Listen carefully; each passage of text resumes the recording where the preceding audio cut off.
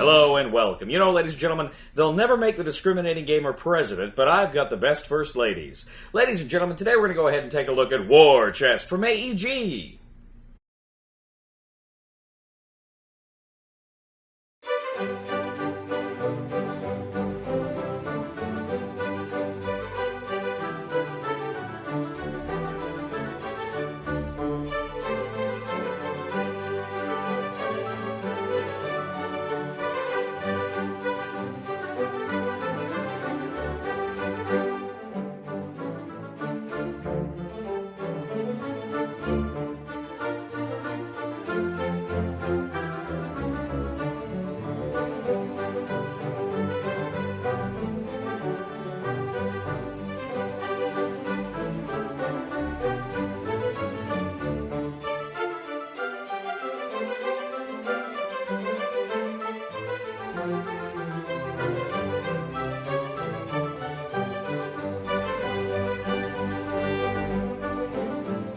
War Chest from AEG is a game that's kind of like chess, but it is a little bit different. Now, it's a 2-player game or a 4-player game, but not a 3-player game. But that's all right. What you're going to do is set up the game according to whether you're playing with 2 or 4 players. Now, the board itself has kind of the sides are kind of shaded, meaning you use it for a 4-player game, but not for a 2-player game.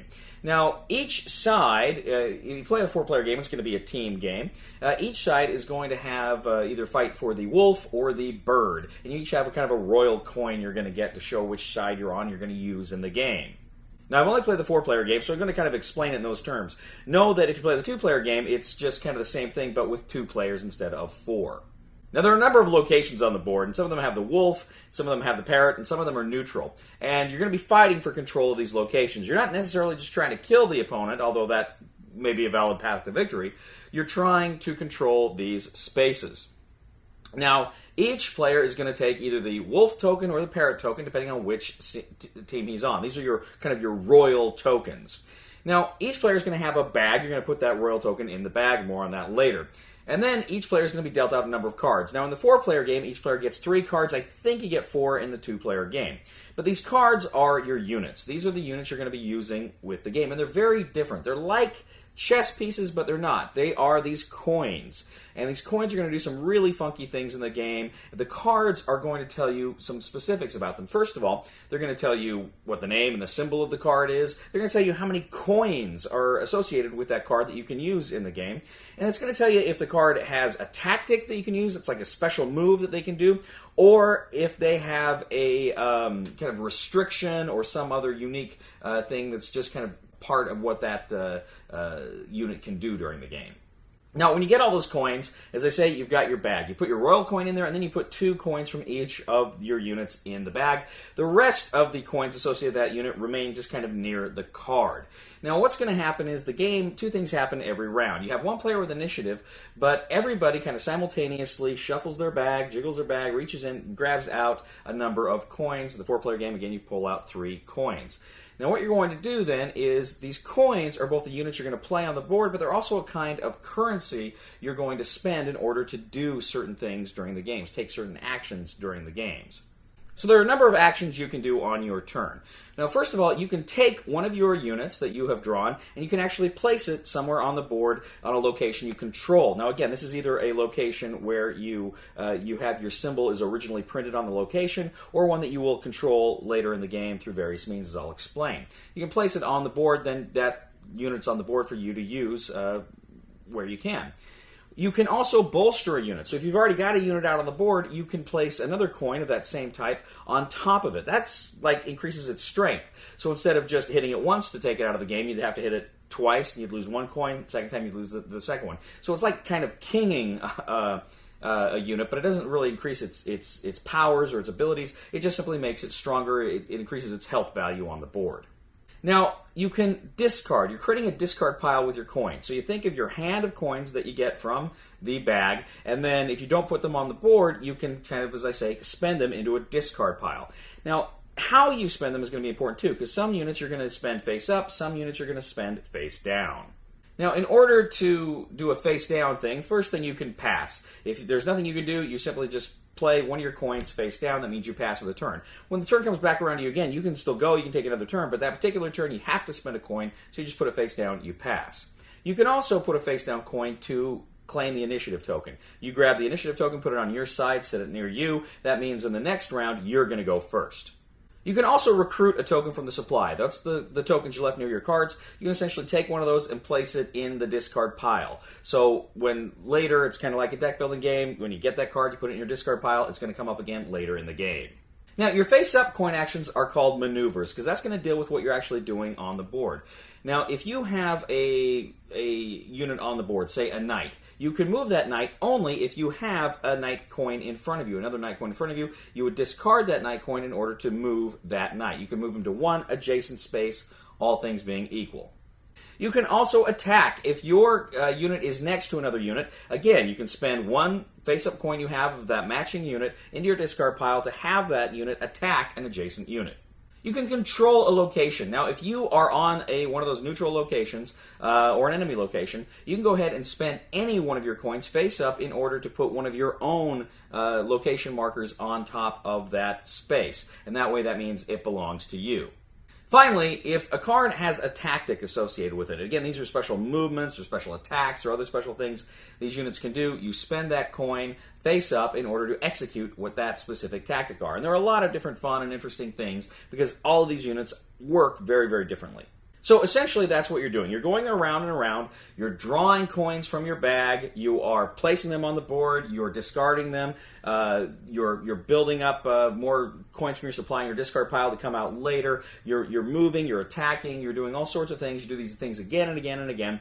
Once everybody has gone, all their coins are spent. You go ahead. You put all the coins in your discard pile back in your bag. You jiggle your bag. You reach in. You grab out 3 more coins, and you repeat the process. But the person who has the initiative token, of course, they go first. The goal of the game is to get out all of your control tokens on the board. So you're essentially trying to place your control tokens everywhere on the board. And if you can do that, which means you're going to be killing a lot of enemy units in order to make that happen. But if you're the first one to get out all of your control tokens on the board, then you win War Chest. So I got to tell you, War Chest is a game that it's an abstract game. It's a very abstract game. I mean, there's just a very light theme painted on it, kind of like like chess. Chess has a very light medieval theme, and that's kind of what you see here. It's very similar to that. I mean, you've got knights, and you've got cavalry and lancers, and crossbowmen and archers and pikemen. So you've got these kinds of different units, which are very kind of reflective of that theme, of that medieval theme. But really, fundamentally, it's an abstract game. And I am not a huge fan of abstract games. I've never been a big fan. I like chess. I like it more when it's nightmare chess, but I like chess. But to me, an abstract game, when I first see it, I'm just like, I'm not that interested. And I'll play them and I'll try them, and I like some of them when I play them. And there's one or two I've really enjoyed. But generally, I'm not a huge fan of abstract games. Well, I sat down and I played with Chris and Christy and Christy's son Alex, and we played this game. And again, my initial thinking was, okay, it could be interesting. We'll see what happens. And Chris had said he was really interested in it because he'd heard some good buzz on it. And so I'm thinking, well, okay, there might be something to it. Well, first of all, this feels in a lot of ways like a deck building game. Not totally, because obviously you're not doing the cards, you're doing the coins, and you're more limited than you are in a deck building game. But still, there's that feeling of, okay, do I want to use this here? Do I want to discard? It's going to come up again later in the game. So there's all sorts of those kinds of considerations that are similar to a deck building game in this game, which is again very interesting. The game gives you strategic puzzles, and how are you going to spend the coins in order to get those objective locations, to maneuver yourself into a position. And a lot of times it's not about maneuvering yourself into a position to get the objective coin, it's to maneuver your unit into a position where it can attack other units or not be attacked by other units. So just like chess, there's a lot of that going on. But again, where the strict goal of the game is elimination, to put your enemy's game in check, and you got to go through a lot of units to get there. Each got the one objective. Here you got multiple objectives, and you've got to go through a lot of your enemy units to get it. Now, I should point out, too, when you attack and you take somebody's token off the board, it's gone. It's out of the game. So you've only got very limited number of tokens before your coins thin and your options thin. There's also the strategic dilemma of, do I put the coins on the board, making stronger units, or multiple units, or do I leave more coins, do I hold more coins back so that I'll have more options to move and to attack and to use the units on the board? And there's a tension there that is really cool and really interesting, and I was not expecting that, and I like that quite a bit.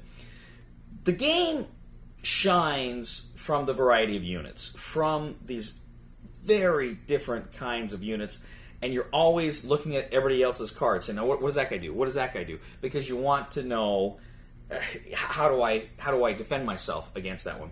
Like, the pikemen are cool, because if you attack a pikeman, you lose a unit. So if they come at you with a bolstered unit, they're going to lose one of them. If they attack you with one guy, they're going to lose that guy.